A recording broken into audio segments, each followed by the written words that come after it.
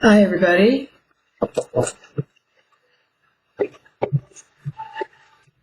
I'm back. It's so good to be back.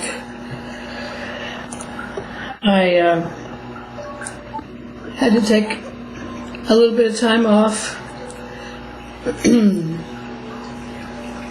for the last month because I had a death in the family just as I was getting ready to record this as my next video. A tragic accident happened and we lost one family member, and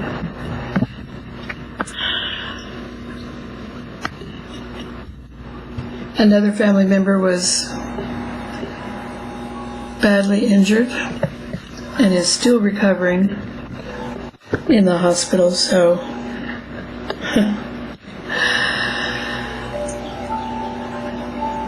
I needed to take some time off to do my grieving and healing, and it just seems to be a coincidence that this all happened right at the time that I was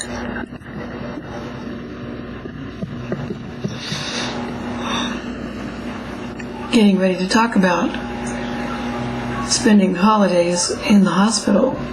It was right after Easter that this accident occurred, and I'm just so glad to be back with you guys. I missed you. I missed talking to you, and I'm ready to get back on track here. So don't let my costume detract you. I am a medical professional in that I am a certified reflexologist, but I dressed in this way today so that I could emphasize the theme of this particular video. I want to share with you today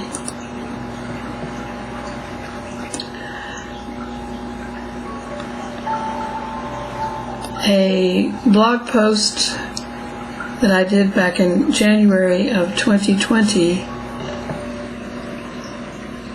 and it's on the topic of, and the title is Holidays in the Hospital.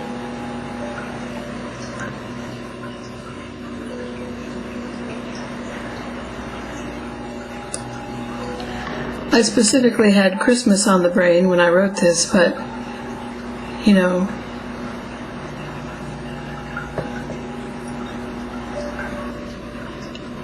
it could be any holiday that you've spent in the hospital. And man, if I had a nickel for every hour I've spent in hospitals in my life, I'd be a rich woman by now.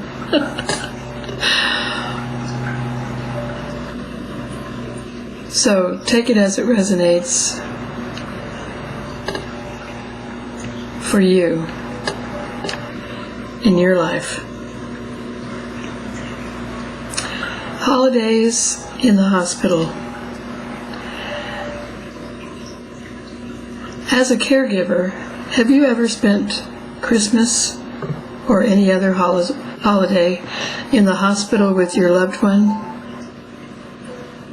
If so, you know the experience gives a whole new meaning to the popular phrase, caring and sharing. There are reasons people with chronic illness or injury spend more holidays in the hospital than their able-bodied peers. The same is true for family caregivers versus non-caregivers. The biggest reason for this phenomenon is the stress caregivers and their loved ones experience leading up to and during major celebrations. During my 14 years as a caregiver, I estimate that my first husband and I spent half of our holidays and other special occasions in a hospital. That's a significant and startling statement when you think about it, and we are not the only ones. It is something that many families with injured or ill loved ones and their caregivers experience. Most of the time, my husband's physical or mental health worsened right before or during a family celebration. I don't know why that is, but it's true. In addition, for 10 years in a row, as a caregiver, I contracted pneumonia on or around special occasions at least once a year. Most people accept the fact that holidays can be stressful, even for non-caregivers who have healthy immune systems. But when a primary caregiver, or the ones they care for, are suffering from a depleted immune system leading up to a holiday, it's even more stressful. Surviving the season with sanity intact can be an overwhelming prospect for everyone involved. A caregiver's sense of being overwhelmed is often amplified if relatives or friends who are not caregivers come to visit. On top of the usual daily caregiving routine, you must somehow muster the energy for extra cleaning, cooking, shopping, and catering to the needs of your guests. Add to that a last-minute medical emergency which results in the need for a hospital stay, and it gets complicated. Pardon my voice, I'm a little hoarse today.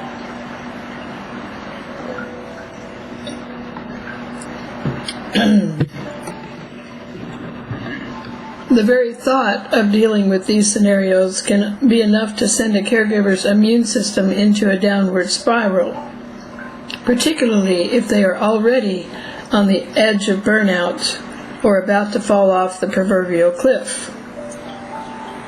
I'll illustrate my points with stories from my own life. Our first Christmas in the hospital. Our introduction to spending Christmas in the hospital occurred a few months after my husband's tragic accident in August of 1983. It was the first of many such holidays that we would spend in a hospital environment. 5 months had passed since the accident, and he was still an inpatient in a rehab facility where he ended up staying for 9 months. He was not that far along in his rehab to leave yet, even for a brief home visit during the holidays. So we had no choice but to spend Christmas in the hospital that year. I did my best to decorate the ward he shared with a dozen other patients. A strand of garland here, a piece of holly there, and a small artificial Christmas tree placed on a tabletop added a festive touch to the room. The hospital's electrical code didn't allow me to string lights around the room, although I wanted to do so. We sandwiched our family holiday activities in between my husband's pre-scheduled daily therapy sessions: physical, occupational, speech therapy, and more. Therapy after catastrophic injury doesn't take a break, even during the holiday season. The medical staff did their best to keep our spirits up despite the difficult pace we found ourselves in that year. I remember experiencing bittersweet emotions at that time.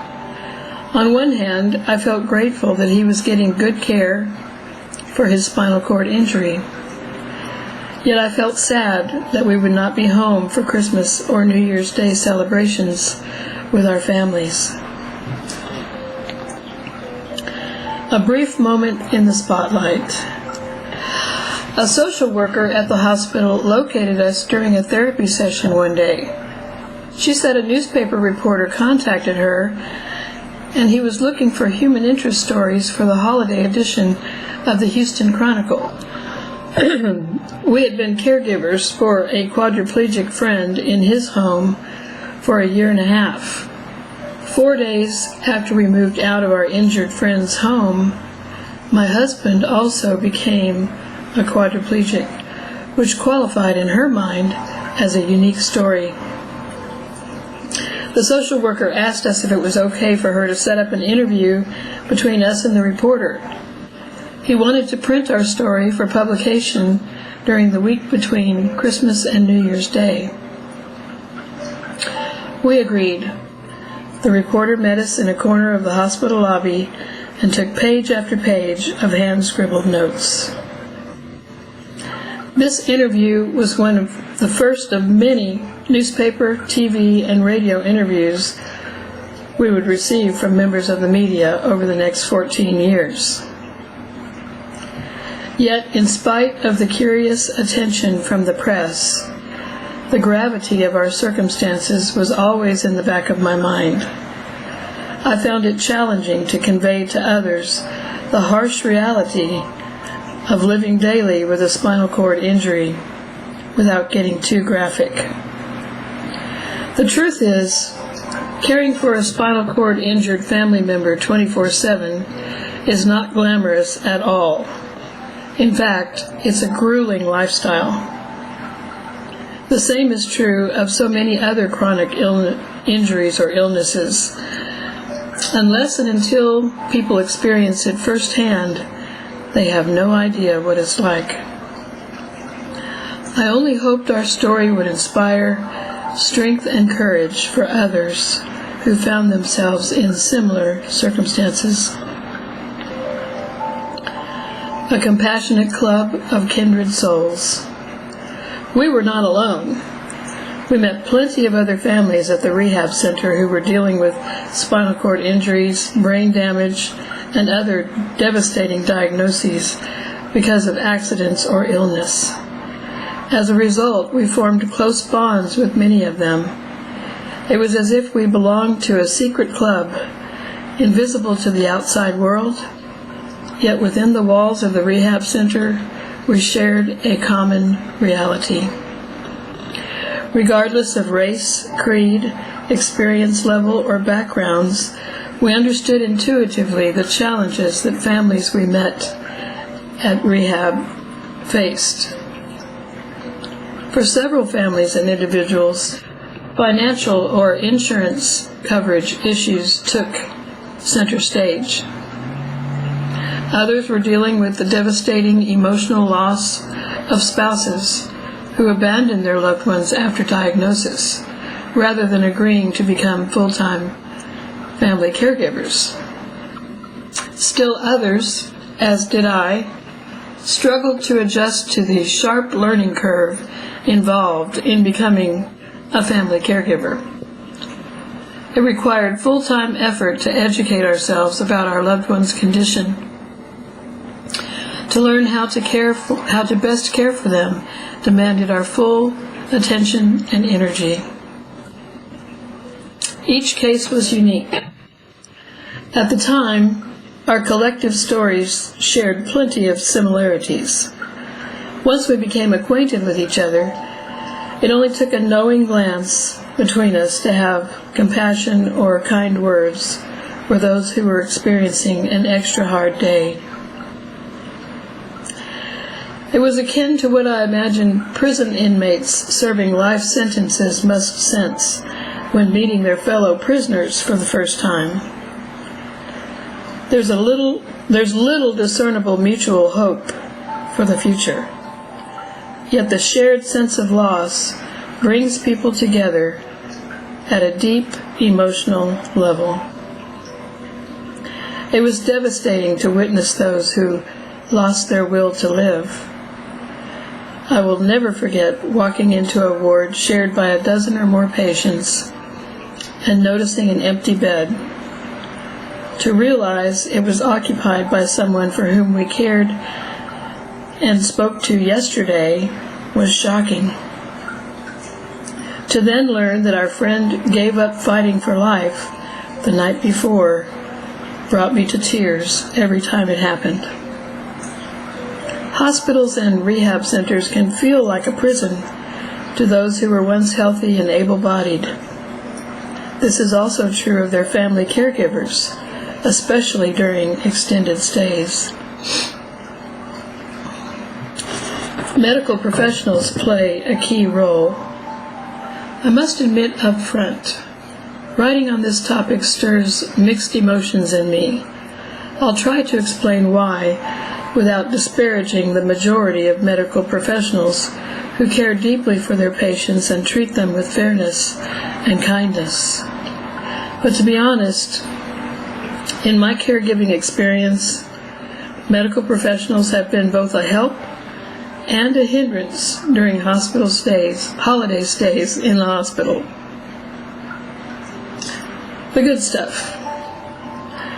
Most medical staff members are helpful and do their best to show consideration for patients and their caregivers who must spend holidays in the hospital. I recognize and honor the fact that medical professionals have a tough job to do, and most of them strive to do the job to the best of their ability every day. But sometimes they become so focused on addressing illness or injury medically, empathy for the emotional needs of patients and family caregivers is inadvertently overlooked or ignored. Let's face it, being admitted to the hospital any time of the year can be stressful for both patients and their families. More so when hospitals are short-staffed during the holidays. It stretches medical professionals to their limits. Often, they too experience extra stress while caring for patients during special seasons of the year. Add to this the fact that primary medical professionals need vacations too, requiring backup physicians to cover for them, and stress levels of both patients and medical professionals can climb exponentially. The important truth is this. It only takes tiny gestures of compassion from medical staff to create huge positive outcomes in a patient's overall healing. Several recent studies have shown that even an extra 4 minutes of attention from physicians can mean the difference between patients feeling that the medical staff truly cares for them versus when staff seems to be emotionally detached. Remarkably, a doctor spending a few extra minutes listening to patients and caregivers can change the paradigm outlined above in dramatic and positive ways. One way in which medical staff can brighten the otherwise gloomy experience of being admitted to the hospital during the holidays is to allow families of patients to decorate hospital rooms for the season, within reason, of course. It's the small things that matter most to patients and their families. For example, I've encountered doctors and nurses who wore a Santa hat while making their rounds, spreading cheer and goodwill wherever they went. Others took time to notice and comment on decorations around a patient's bed to help brighten that patient's day. It helps if hospitals relax visiting hours or allow extra visitors if it's workable. This makes it possible for extended family members to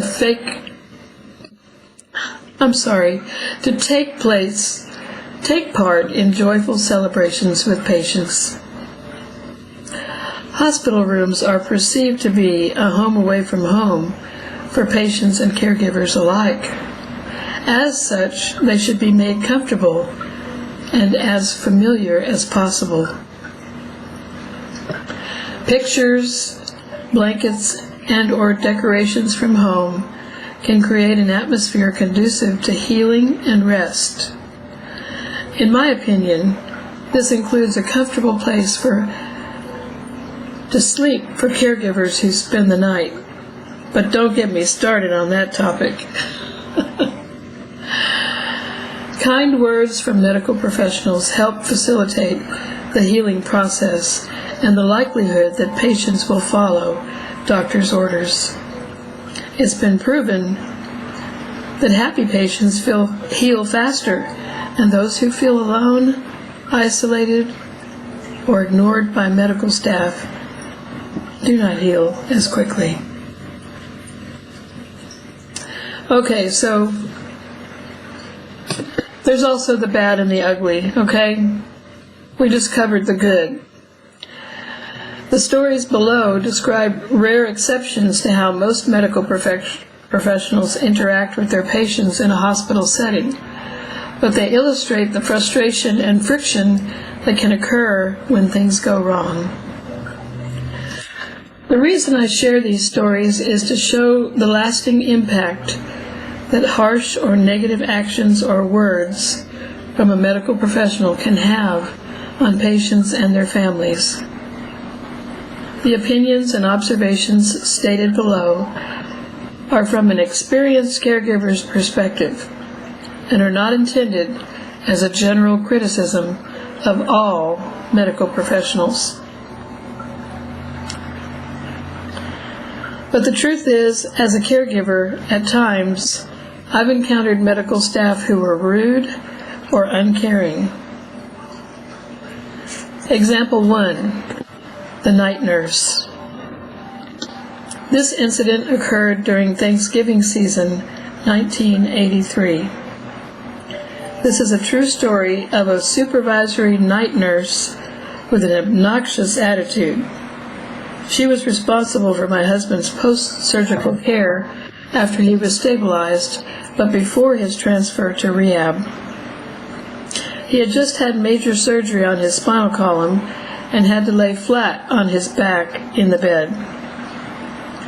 At first, they assigned him a room right across from the nurse's station so they'd hear him if he called out for help. He shared that room with another patient who was able to push the alert button on his behalf if needed. Additionally, his mother and I took turns sitting by his bedside. But after only 2 hours, the night nurse in charge moved him to a room around the corner from the nurse's station at the far end of a long hallway. After she moved him, she refused to allow his mother or me to stay in the room with him. That's how he found himself in a room alone, out of hearing range of the nurse's station. He needed to watch TV 24/7 to keep himself distracted from his pain and discomfort, yet he had to wear prism glasses to see the TV in that position. You know, it's hard to see the television when you're laying flat on your back. And he wasn't able to put those prism glasses on or adjust them or take them off without help. If you're curious about what prism glasses look like, you can do a Google search, or any search engine will bring up pictures of what they look like. But they allow the person who's laying flat on their back to actually see what's in front of them. Now, he was paralyzed from shoulders to toes, and it was challenging for him to lift his hand more than an inch off the bed while laying flat. He also did not have use of his fingers, so it was impossible for him to press the call button attached to his bed to request help if he needed it. In addition, he was in a full-blown state of panic after coming out from under anesthesia. It was unbearable for us to leave him without a way to communicate with the nurses. We begged the head nurse to help us figure out a way for him to communicate with her and the other nurses so that he could manage by himself. she refused. In fact, she fought us every step of the way. It turned into an all-night battle. Despite being stressed and exhausted from the 12-hour surgery he had just undergone, we were determined to find an acceptable solution. Finally, in desperation, in the middle of the night, we brainstormed with other family members, huddled in the waiting room, and hatched a plan.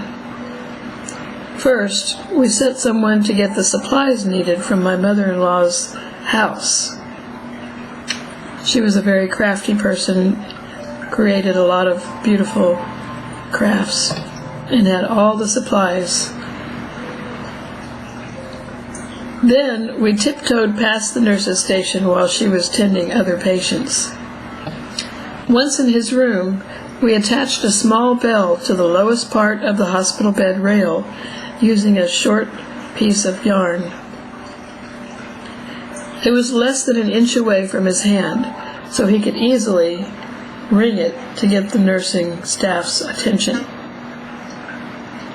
Still, the night nurse ignored his request for help. I didn't understand why we had to fight so hard for something so simple. It made no sense at all. What were we to do? What would you have done in that situation? By morning, we ran out of patience and workable options. We had no choice but to report her to the hospital administrator. Afterwards, they transferred him back to a room across from the nurse's station, and his mother and I were allowed back into his room, this time with no restrictions. Perhaps she was having an exceptionally challenging night, but from our perspective, her negative attitude and related actions hindered rather than helped us through that stressful night. Example 2. The social worker. After my husband's surgical incisions had healed enough to move him, they transferred him to the rehab center. During his first week in rehab, the social worker assigned to him cornered me in the hallway one day. He asked me how I was adjusting to our new reality. Towering above me by at least a foot, he was an intimidating figure. It didn't help when, a few seconds later, he blurted out, "When are you going to leave him? Eventually, most spouses do, you know." I was downright stunned for a few seconds while processing his question. His words offended me to my core. It took everything within me to resist the urge to turn and walk away from him. Instead, I mustered every ounce of my courage. Pulling my 5'4" frame up as tall as I was able, I made direct eye contact with him and squared my shoulders. I quietly informed him that I had no intention of leaving my husband and explained why in no uncertain terms. He continued to argue aggressively with me. I held my ground. I could not imagine his motives for asking such a personal question, nor was it, in my opinion, any of his business. Perhaps he was in the habit of asking all spouses of his injured patients the same question. He may have thought he was helping me face reality. I'm sure he has long since forgotten he ever said that to me, but I can't forget how his words affected me. In retrospect, he should have approached this sensitive topic with more compassion. I have long since forgiven both the night nurse and the social worker. I pray God's blessings on them wherever they are today.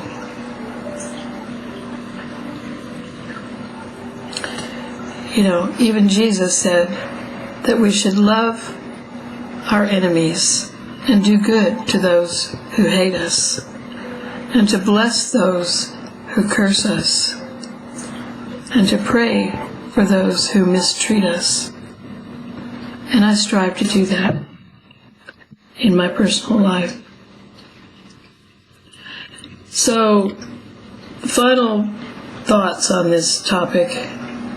Keep in mind that both of these incidents occurred back in 1983, long before basic compassion was widely adopted by most hospitals as a standard of care. In the decades that have elapsed since then, I've witnessed a gradual change for the better in most medical facilities. For that, and on behalf of all family caregivers everywhere, I am grateful. I hope the trend of compassionate care and positive patient interaction continues to be the norm. I also hope that my experience will encourage family caregivers to continue to advocate for their loved ones when they land in the hospital during Christmas or any other special season of the year. Every patient deserves respect and proper care while in the hospital. Likewise, every patient needs the help of family or friends to make sure that abuse or neglect do not occur under any circumstance. As family caregivers, even though we may experience burnout ourselves, we are often the only people who stand between our loved ones and overworked or stressed hospital staff. Regardless, mutual respect should be demonstrated by both sides, no matter what.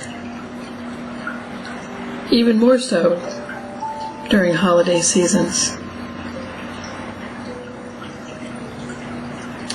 And I'm reminded of a scripture in Romans 12:18 that says, "If it is possible, as much as depends on you, live peaceably with all men." And there's a picture on a poster that I put under that verse of a lion laying in a meadow with a baby lamb. So here's some lessons that I learned. Life lessons. Caregivers need to take extra good care of themselves and their loved ones before holidays to prevent an unexpected health crisis. It's a good stress reduction practice to discuss with your doctor specific action steps you should follow if a crisis occurs while he or she is on vacation. Get contact information ahead of time about who will offer backup care in your doctor's absence.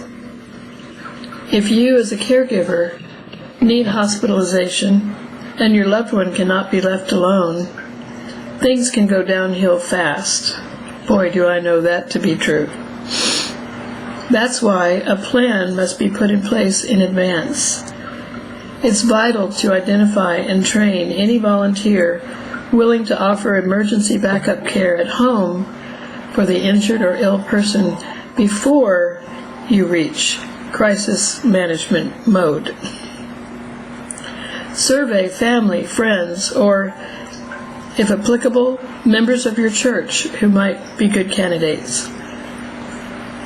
If all else fails, find a certified nurse or nurse's assistant in your community who can help. If you can't afford to pay, think about bartering goods or services or offer other incentives or rewards. The attitudes of everyone involved can make or break the holiday spirit when facing the prospect of an unplanned hospital stay. A positive mindset and a few personal items from home can help keep things bearable. Get creative. Mutual respect and cooperation between medical professionals, patients, and their caregivers in hospital settings are vital to fostering healing. To add insult to injury, is not acceptable under any circumstances. If you are a family caregiver and you need additional support on this topic, I've listed on my blog some links that take you to other resources that will help you. Everyone wins when compassion, tolerance, and sensitivity come together to promote healing, happiness, and honest communication in hospital settings. Whether you're a caregiver, a patient, or a medical professional, remember this. By adopting a positive mindset the next time you're in the hospital at Christmas or any other time of the year, you'll be giving a priceless gift to yourself and those around you. The gift I refer to is called Peace on Earth, Goodwill Toward Men.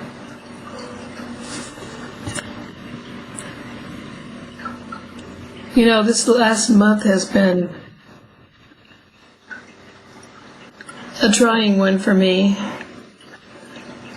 because it involved a very close member of my family, his wife, and their child.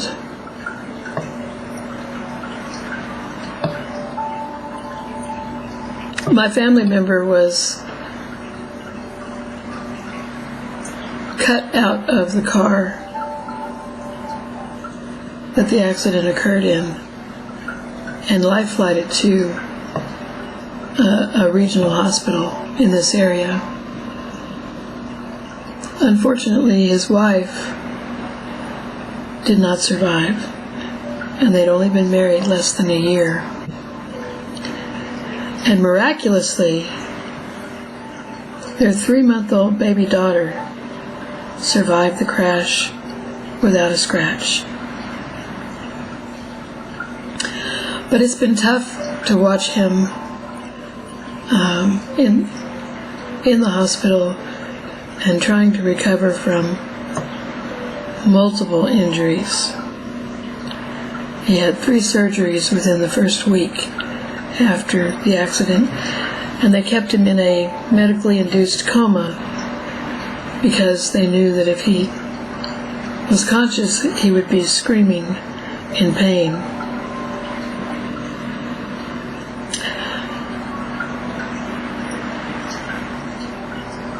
I stood by his bedside the first time I went up to the hospital to see him and prayed over him and spoke life into his body. As a reflexologist, I do understand enough about the healing process to know that intent matters. That if the people around the patient set their intentions toward a positive outcome and healing, that it's more likely to happen. But it's difficult for me to describe the emotions that I went through and the anger that I felt that this had even happened to them and to us as a family.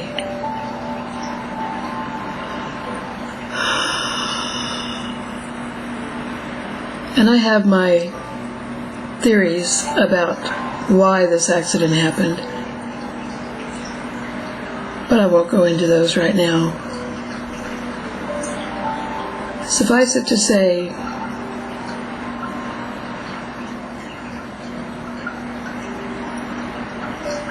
that we often don't understand God's plans for our lives or why things happen the way they do. But if you're a believer, you must understand that everything that happens in our lives is a part of God's master plan for us. And the best way to handle these situations is to surrender your will to that of the Most High. As hard as that is to do when you don't understand and your emotions are all over the map, by an act of your will, you can do it. You can surrender to God's will and ask Him, what is the lesson that I'm supposed to learn here from this experience? After the grieving period,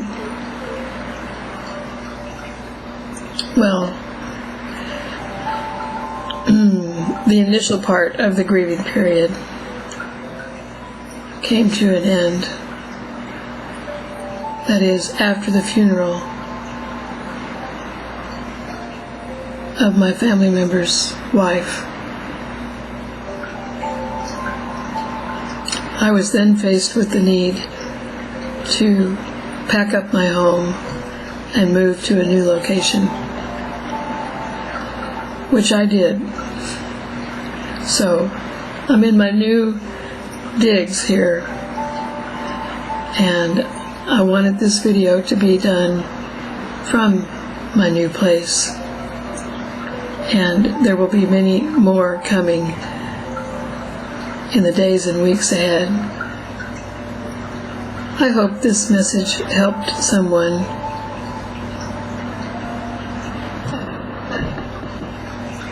And I pray that if you have experienced a tragedy in your family's life recently, that you will think about turning it over to God what you don't understand.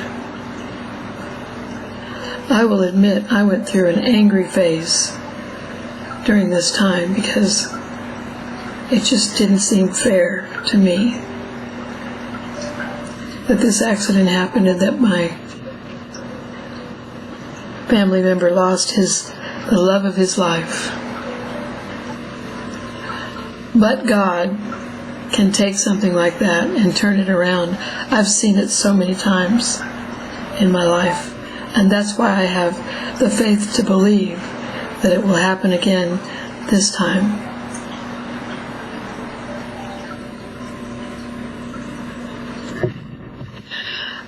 I think that's all my voice can handle for today. I don't know why I'm so hoarse, but it's been a busy week and a half here trying to get settled into my new home, and I've been talking to a lot of people, so that could be why. But I'm going to take a sip of my lemon water.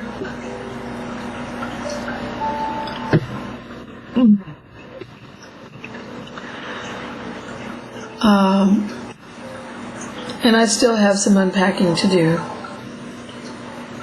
So I'm going to go do that and spend some time with my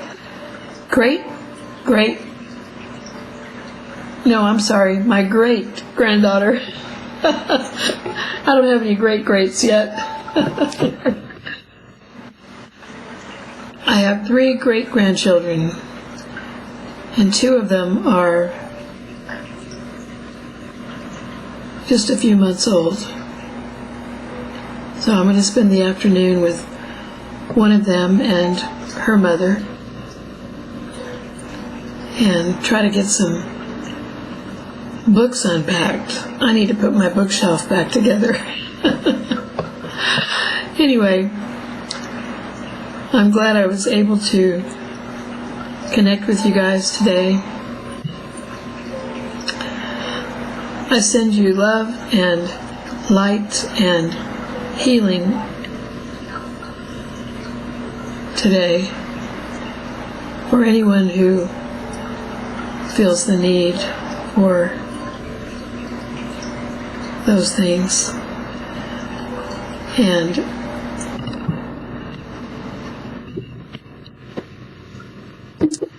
I will see you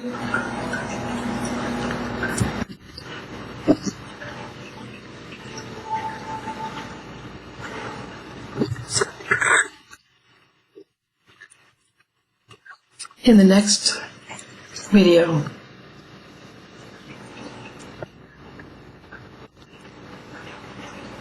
Have a good day, everyone.